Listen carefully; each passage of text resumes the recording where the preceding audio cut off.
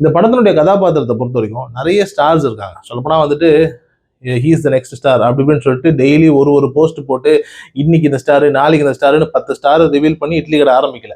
ஆனா இருக்கிற அத்தனை ஸ்டார்ஸுக்கும் காட்சி அவங்களுக்கான கதாபாத்திர வேல்யூவை இயக்குனர் எழுத்தாளர் தனுஷ் கரெக்டா வகுத்து கொடுத்தது எனக்கு திருப்பி திருப்பி அதான் ஆச்சரியமாவே இருந்தது. யாராவது ஒரு கதாபாத்திரத்தையாவது மொக்க பண்ணிடலாம். இப்ப ஆடுகளம் நிறைய இருப்பாரு, அவருடைய கதாபாத்திரத்தை நீங்க மொக்க பண்ணணும்னா மொக்க பண்ணலாம். ஆனா அவருக்கும் ஸ்கோர் பண்றதுக்கு ஒரு சீனு ஒரு ஒரு டைலாகு ஒரு காட்சியை அழகா கொடுத்துறாரு. இளவரசர் அவர்களுடைய கதாபாத்திரம் வந்துட்டு ஸ்கோர் பண்றதுக்கு நிறைய ஸ்பேஸ் இருக்கு, ரொம்ப நல்லா இருக்கு. ஏன்னா பொதுவா வந்துட்டு இந்த பெரிய பெரிய ஹீரோஸ் படங்கள்ல வந்துட்டு முக்கியமான கதாபாத்திரங்களை தான் ஸ்கோர் பண்ண விடுவாங்க. அடுத்தடுத்து இருக்கக்கூடிய எந்த கதாபாத்திரத்தையும் ஸ்கோர் பண்ண விட மாட்டாங்க. இல்ல அவங்களுக்கு மேபி எழுத்து வறட்சியோ என்னமோ எழுத வராதுன்னு வைங்களேன். இந்த படத்தை பொறுத்த வரைக்கும் எல்லா கதாபாத்திரத்திலையும் ஒரு ஜீவன் இருக்கு. அந்த கதாபாத்திரம் பேசுறது ஆடியன்ஸோட கனெக்ட் ஆகுது.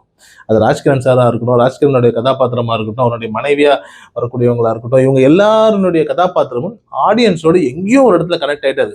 குறிப்பா வந்துட்டு தனுஷ் அவர்களுடைய தாயாரா வரக்கூடியவங்க வந்துட்டு ராஜ்கிரண் தவறுகிறாரு, இறந்துடுறாரு. அதுக்கப்புறம் வந்துட்டு அந்த கடையை போய் நான் பார்க்கணும் அப்படின்னு சொல்லி பார்த்துட்டு வர அந்த இடத்துல அந்த கடையை அவங்க எப்படி உருவாக்குனாங்க, அவங்களுடைய கல்யாண வாழ்க்கையிலிருந்து என்னென்ன ஆச்சுங்கிற மாதிரி பிளாஷ் கட் போயிட்டு வர காட்சிகள் உண்மையிலேயே வந்துட்டு நெகிழ்ச்சியா இருந்தது.